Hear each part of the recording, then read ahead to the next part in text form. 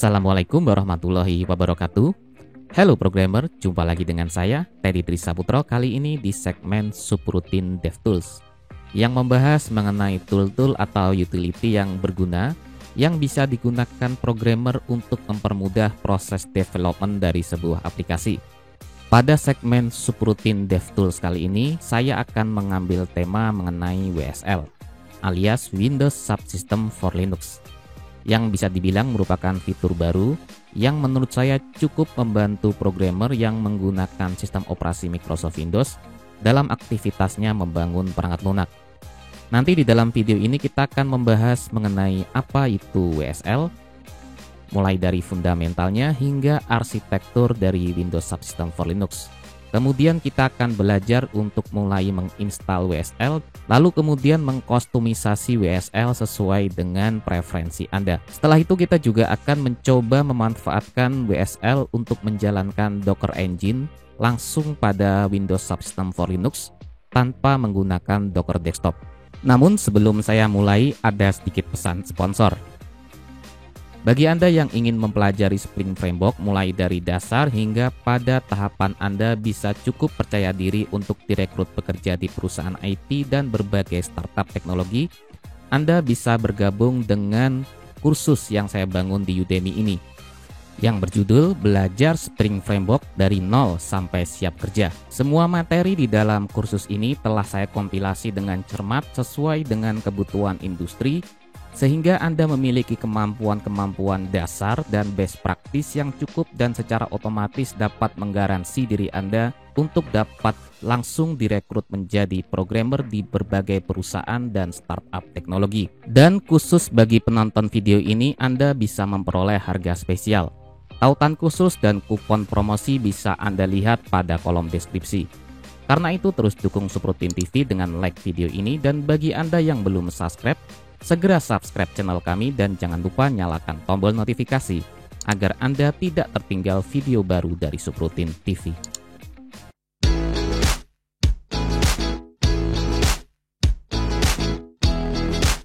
Oke, sekarang kita bahas terlebih dahulu mengenai apa itu Windows Subsystem for Linux. Jadi Windows Subsystem for Linux ini merupakan sebuah fitur yang terbaru dari Microsoft Windows yang seperti namanya merupakan sebuah subsistem, namun subsistem ini memungkinkan pengguna Windows untuk dapat menjalankan aplikasi Linux pada sistem operasi Microsoft Windows. Hal ini termasuk beberapa command line tool, utilities, dan aplikasi yang biasanya hanya dapat diakses pada sistem operasi berbasis Linux. Namun dengan menggunakan WSL ini, kita dapat mengakses semua fitur yang seharusnya hanya ada pada sistem operasi Linux tersebut, kini dapat diakses di dalam sistem operasi Windows tanpa harus melakukan setup VM ataupun dual boot OS yang biasanya dilakukan pengguna Windows jika ingin menggunakan fitur-fitur yang ada pada sistem operasi berbasis Linux. Jadi dengan adanya WSL ini, pengguna Windows seperti memiliki sebuah isolated environment atau sebuah VM yang di dalamnya itu terinstall sistem operasi berbasis Linux. Saya menyebutnya sebagai VM karena arsitektur dari WSL ini dibangun di atas hypervisor. Nanti akan kita bahas pada slide berikutnya. Namun istimewanya WSL ini tidak seperti VM pada umumnya karena pada WSL ini telah dirancang khusus demikian hingga waktu startupnya itu cepat dan mengkonsumsi lebih sedikit memori dibandingkan jika kita menggunakan virtual machine biasa seperti VirtualBox. Lalu apa kegunaan dari Windows Subsystem for Linux ini? Mungkin bagi banyak pengguna awam, fitur ini seperti tidak berguna, namun bagi para programmer khususnya fitur ini cukup bermanfaat dan sangat membantu karena yang pertama adalah terkadang ada beberapa aplikasi atau tool yang secara ekosistem itu tersedia di Linux namun tidak tersedia atau didukung dengan baik di sistem operasi lain. Seperti misalnya Redis yang di Windows sendiri tidak didukung secara resmi. Contoh berikutnya mungkin adalah Docker, di mana Docker Engine sendiri hanya dapat berjalan di kernel Linux. Sehingga untuk menggunakan Docker pada sistem operasi non-Linux, programmer harus menginstal Docker Desktop, yang sebenarnya Docker Desktop sendiri ini tidak lebih dari sebuah VM yang menjalankan kernel Linux. yang pada sistem operasi di Windows sendiri, Docker Desktop ini ditenagai oleh Windows Subsystem for Linux. Manfaat selanjutnya dari menggunakan WSL ini adalah bagi programmer yang mendesain aplikasinya atau membangun aplikasi yang cross-platform, di mana dia mengembangkan aplikasinya ini di Windows, namun untuk deployment-nya itu dilakukan di sistem operasi Linux. Hal ini mungkin juga terkait dengan containerisasi dan Docker yang telah saya bahas pada poin pertama tadi. Berikutnya yang ketiga yang mungkin menjadi faktor benefit dari menggunakan WSL adalah lebih ke masalah preferensi ini ya. Di mana mungkin Anda terbiasa dan lebih nyaman menggunakan tool yang ada pada Linux, namun sekarang Anda menggunakan sistem operasi Windows. Dan daripada setup sebuah VM atau men-setup dual boot OS, maka lebih baik menggunakan fitur-fitur yang ada pada Windows Subsystem for Linux ini. Oke, berikutnya kita akan bahas mengenai arsitektur dari Windows Subsystem for Linux, atau lebih tepatnya Windows Subsystem for Linux versi 2, di mana bisa dibilang WSL 2 ini merupakan redesign dari WSL versi 1. Dan dalam pelajaran kali ini kita akan bahas Windows Subsystem Linux versi 2 saja. Oke, pada WSL 2 ini secara arsitektur kurang lebih memiliki arsitektur yang sama dengan VM sebagaimana yang saya singgung sebelumnya. Seperti yang Anda perhatikan di sini, Windows Subsystem for Linux berdiri di atas hypervisor yang merupakan fitur dari Microsoft Windows yang menyediakan sebuah virtualisasi hardware. Sehingga seperti yang saya sebutkan di awal tadi, Windows Subsystem Linux versi 2 ini adalah sebuah virtual mesin ringan atau lightweight yang dioptimasi sedemikian rupa hingga waktu startup dari WSL 2 ini sangat pendek dan mengkonsumsi lebih sedikit memori daripada Anda menjalankan VM tradisional seperti menggunakan VirtualBox atau VMware Player misalnya.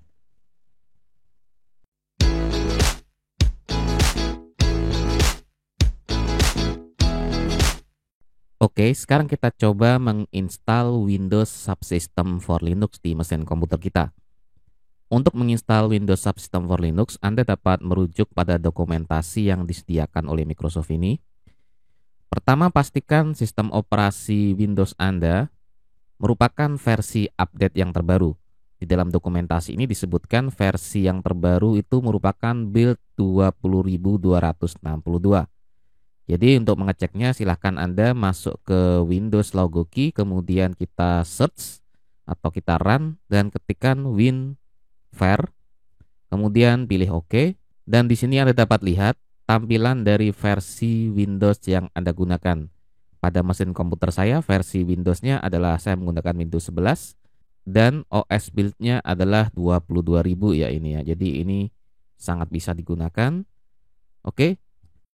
Selanjutnya setelah sistem operasi Anda memenuhi syarat, kita dapat masuk ke Windows dan kemudian kita dapat pilih Windows Feature dan kita dapat pilih Turn Windows Feature On or Off.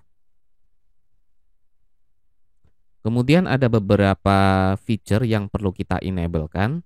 Yang pertama adalah feature Windows Subsystem for Linux ini yang secara default biasanya akan di-disable oleh Windows, sehingga kita perlu mengenablekan secara manual. Kemudian berikutnya adalah virtual machine platform ini yang perlu kita enablekan. Setelah selesai, kita dapat klik OK dan kemudian restart mesin komputer Anda. Karena di sini saya sudah mencek dan melakukan restart mesin komputer saya, sekarang saya akan coba menginstal distro Linux yang saya inginkan. Caranya, saya akan masuk PowerShell atau saya akan masuk Windows Terminal di sini. Saya akan ketikkan WSL, di mana di sini terdapat respon bahwa Windows Subsystem for Linux belum memiliki distribusi terinstall atau distro Linux yang terinstall. Jadi kita harus lihat dulu distro Linux yang tersedia secara online. Kita akan ketikkan WSL -L -O. Seperti yang Anda lihat di sini terdapat beberapa distro yang didukung oleh Windows Subsystem for Linux. Anda dapat pilih dan install salah satu distro dan versi yang sesuai dengan preferensi Anda. Namun dalam pelajaran ini saya akan coba install salah satu distro, yaitu adalah Ubuntu di sini. Maka saya akan ketikkan WSL double dash install dash D, kemudian diikuti dengan nama distro yang ingin diinstal, yaitu Ubuntu, kemudian enter. Dan setelah itu Windows akan mengunduh distro yang Anda inginkan dan akan menginstalnya. Sementara itu Anda dapat tunggu beberapa saat hingga prosesnya semuanya selesai. Oke, sekarang saya sudah selesai menginstal distro Ubuntu untuk Windows Subsystem Linux. Setelah beberapa kali tadi internet saya putus sehingga saya harus memulai instalasinya dari awal.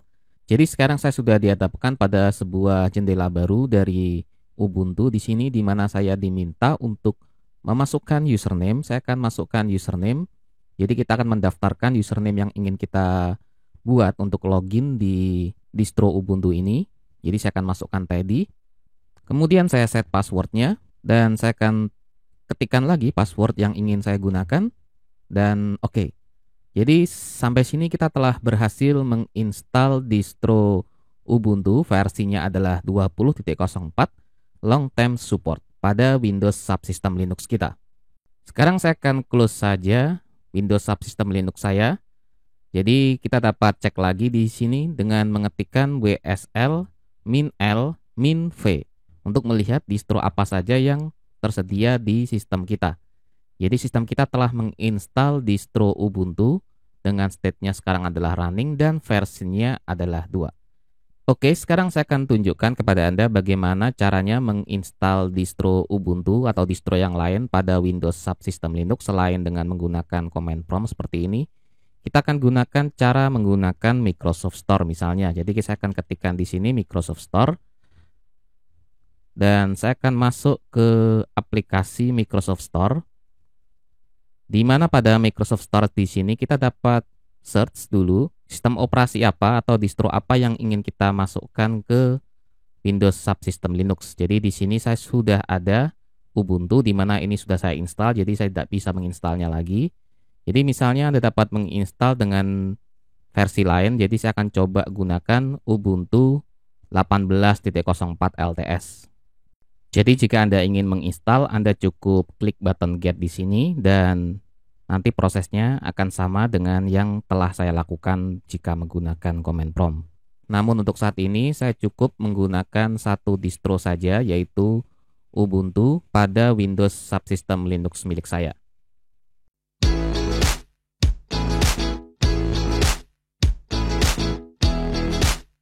Oke, setelah pada pelajaran sebelumnya kita berhasil menginstal distro Linux, dalam hal ini adalah Ubuntu, pada Windows Subsystem for Linux. Sekarang saya akan mengakses Windows Subsystem Linux saya. Jadi saya akan masuk ke menu Start dan kita tinggal ketikkan Ubuntu di sini.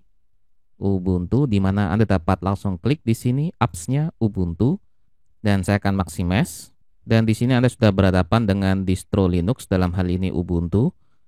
Dan sekarang Anda sudah dapat memasukkan beberapa perintah command line interface seperti halnya Anda mengakses Linux seperti biasa. Cara berikutnya yang lebih saya suka adalah dengan menggunakan Windows Terminal, di mana jika kita klik Windows Terminal di sini, kita sudah dapat mengakses profil baru, yaitu adalah Ubuntu di sini. Oke, jadi kita sudah berhadapan dengan sebuah shell, yaitu yang secara default jika kita menggunakan distro-distro Linux pada umumnya adalah menggunakan bash shell. Namun pada pelajaran kali ini kita akan coba customize dengan menginstal zshell. Jadi saya akan ketikkan dulu sudo apt get update, kemudian enter, lalu kita masukkan passwordnya.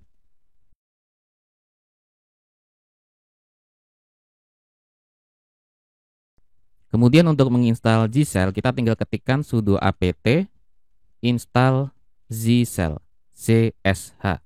Kemudian enter. Ya, kita install dengan Y, lalu oke, kita tunggu beberapa saat hingga proses download dan instalasinya selesai.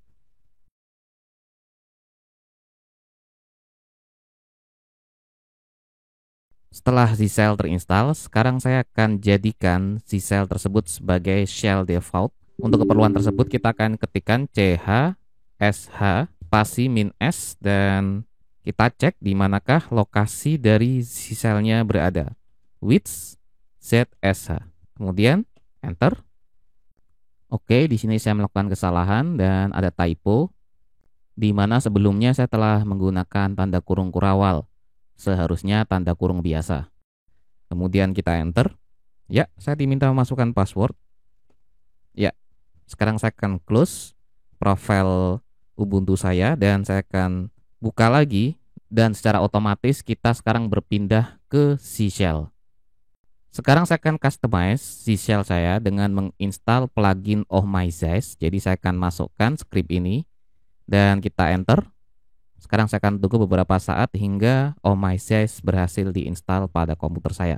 Oke, sekarang saya telah menginstal plugin Oh My Zest, di mana pada plugin Oh My Zest ini secara default theme yang digunakan adalah theme Robbie Russell. Di mana pada pengaturan themesnya kita dapat cek pada ZSHRC. Jadi saya akan buka menggunakan nano.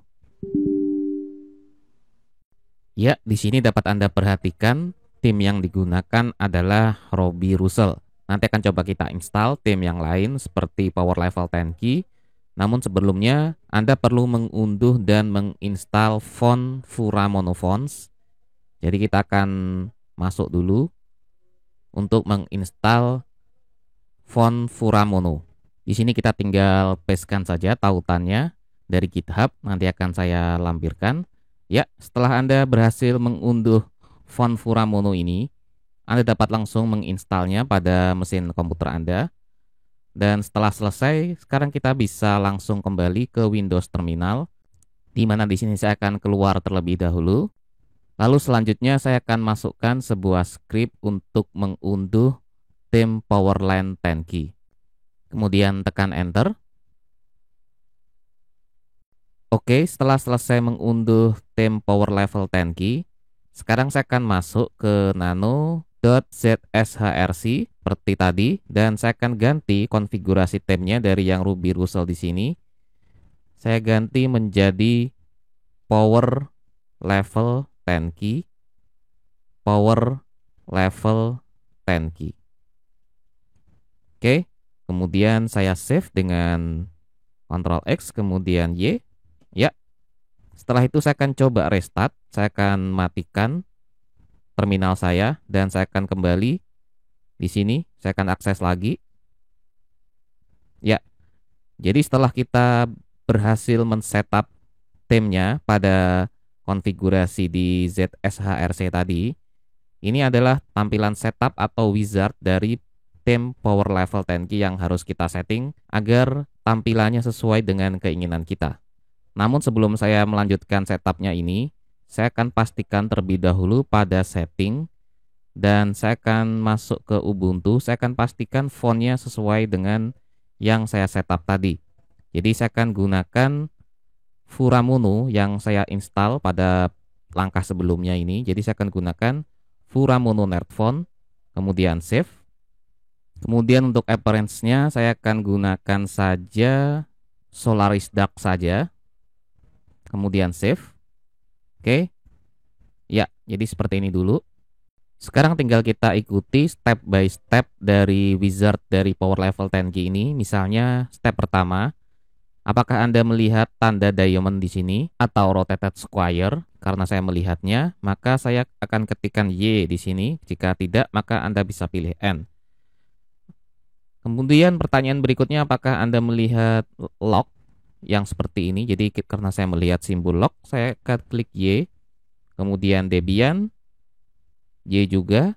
Dan icon-iconnya terlihat jelas semuanya. Kita akan pilih Y lagi, tidak ada overlap. Kemudian untuk prompt style-nya juga Anda dapat pilih Anda ingin menggunakan prompt style yang mana. Saya akan memilih prompt style yang nomor 3 ini.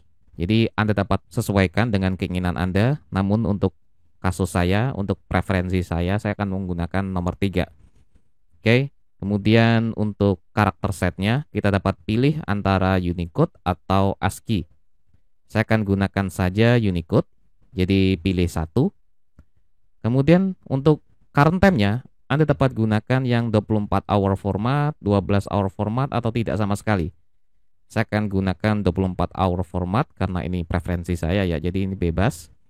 Kemudian prompt separatornya milih seperti apa. Anda dapat gunakan seperti prompt separator, ada angle-nya, vertikal, slant, atau round. Saya akan gunakan angle saja, pilih satu. Kemudian untuk hit-nya, Anda ingin sub, blur, slant, atau round. Saya akan pilih sub lagi, satu. Kemudian untuk prompt tail-nya, jadi di bawah ini prompt tail, Anda ingin menggunakan prompt tail seperti apa, saya akan pilih flat lagi, ya, maka saya akan gunakan satu lagi. Kemudian untuk prompt height-nya, Anda dapat pilih antara one line atau two line. Kalau two line di sini Anda harus mengetikkan di bawahnya, kalau one line Anda mengetikkan pada posisi baris yang sama dengan prompt-nya. Saya akan pilih two line saja, jadi saya akan ketikkan 2. Kemudian untuk prompt connection-nya, Anda dapat gunakan disconnected, dotted, atau solid. Saya akan pilih disconnected saja. Jadi 1. Kemudian prompt frame-nya, dapat Anda pilih antara no frame, left, right, atau full. Saya akan pilih no frame saja, sepertinya lebih bagus. Kemudian prompt spacing-nya, pilih compact atau sparse. Saya akan pilih sparse, nomor 2. Kemudian untuk icon-nya, view icon atau many icon, saya akan gunakan many icon. Selanjutnya untuk prompt flow, Anda dapat pilih antara concise atau flat. Saya akan pilih concise saja dalam konteks ini. Setelah itu pada pilihan enable transient prompt, kita dapat pilih apakah kita mau enable yes atau no. Jadi saya akan pilih yes saja agar promptnya muncul satu persatu dan tidak dihapus. Setelah itu, pada langkah terakhir, Anda dapat pilih untuk instant prompt mode-nya. Anda dapat pilih antara verbose, quiet, atau off. Saya akan pilih verbose saja. Dan apply change, jika apply change yes, pilih Y. Ya, jadi sekarang ini adalah tampilan dari shell saya, power level 10 key. Mungkin jika Anda melakukan setting yang berbeda, tampilannya bisa jadi berbeda dengan milik Anda.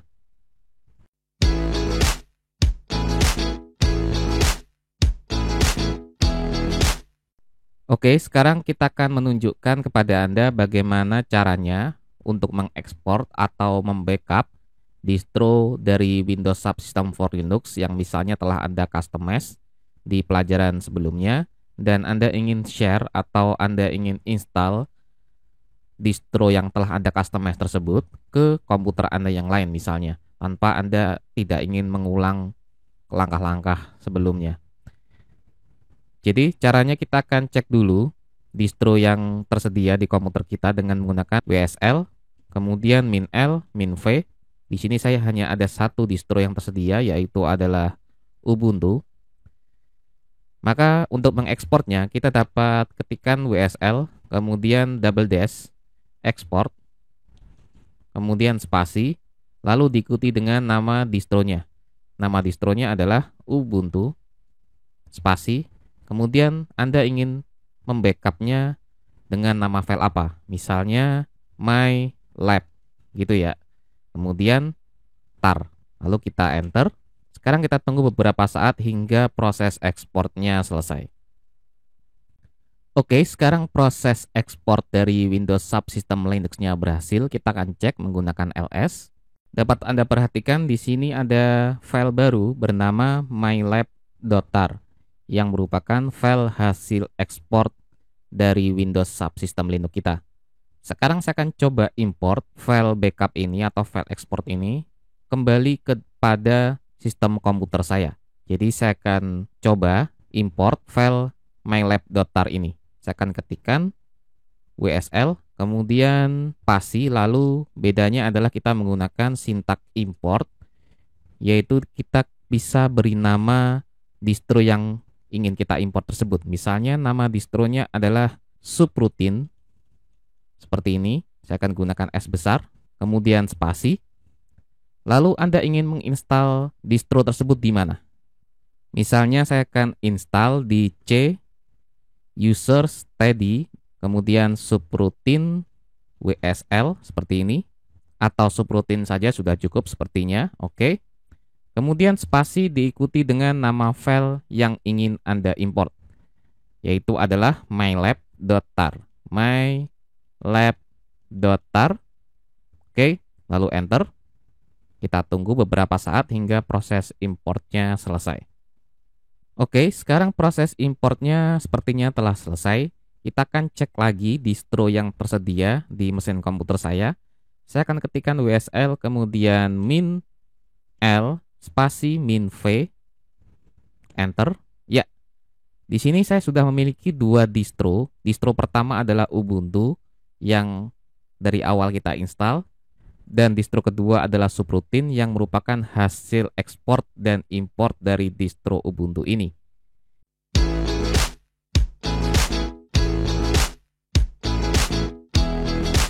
Pada pelajaran kali ini saya akan menunjukkan kepada Anda salah satu kegunaan dari Windows Subsystem Linux, terutama untuk programmer.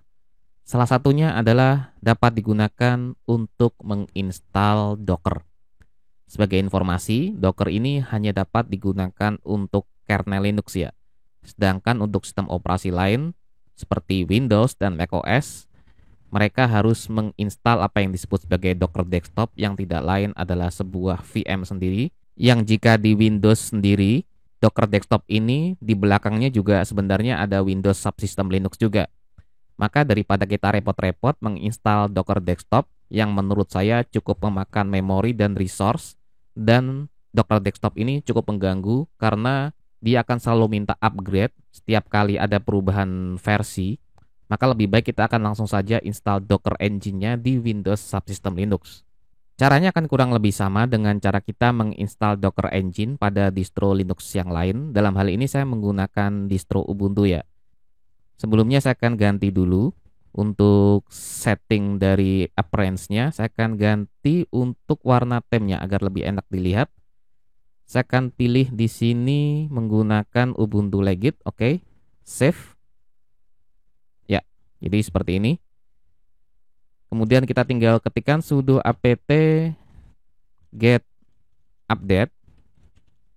Kemudian enter, masukkan password. Kemudian kita tunggu beberapa saat. Oke, setelah itu kita install beberapa software untuk keperluan sertifikat key dan LSB release-nya. Oke, kita install dulu.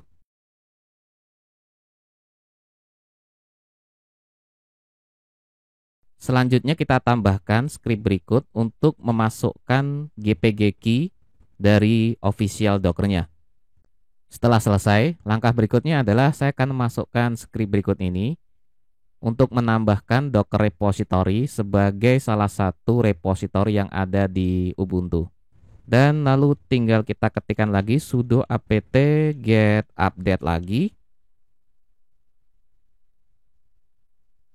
Ya. Sekarang langkah terakhir adalah dengan mengetikkan perintah sudo apt get install docker ca cli containerd.io. Kemudian enter. Ya, kita gunakan Y untuk mengkonfirmasi proses instalasinya. Dan sekarang kita tunggu beberapa saat hingga proses instalasinya selesai.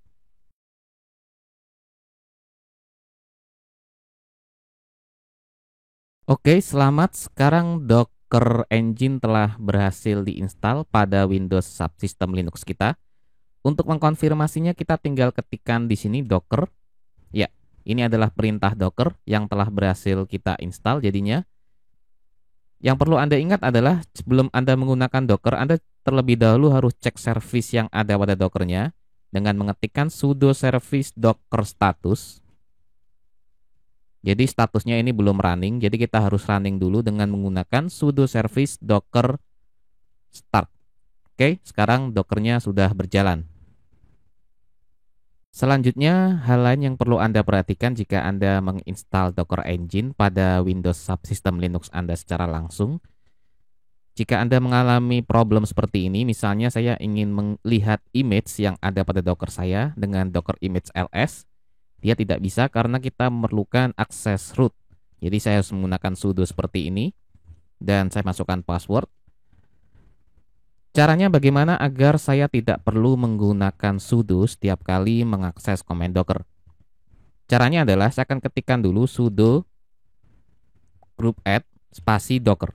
Jadi saya akan menambahkan sebuah grup bernama Docker, dan karena sudah eksis, maka kita tinggal tambahkan diri kita ke dalam grup Docker ini. Jadi ketikkan sudo usermod min a g docker tanda dolar user. User ini kita ya. Kemudian enter. Selanjutnya kita dapat close Windows terminal kita.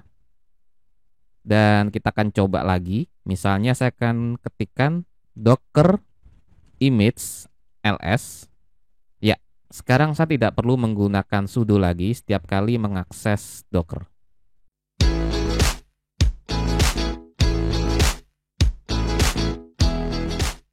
Oke, demikian pembahasan mengenai Windows Subsystem for Linux pada episode Subroutine DevTools kali ini. Anda juga dapat mengakses situs kami di subroutine.com untuk mendapatkan tutorial dan insight terbaru seputar dunia pemrograman dan teknologi. Kemudian bagi Anda yang mengemari mengoprek perangkat elektronik dan pemrograman embedded, Anda dapat mengunjungi situs kami di embeddednesia.com. Karena itu terus dukung Subroutine TV dengan like video ini, dan bagi Anda yang belum subscribe, segera subscribe channel kami serta nyalakan tombol lonceng agar Anda tidak tertinggal video terbaru dari Subroutine TV. Saya Teddy Trisaputro pamit undur diri dulu. Wassalamualaikum warahmatullahi wabarakatuh.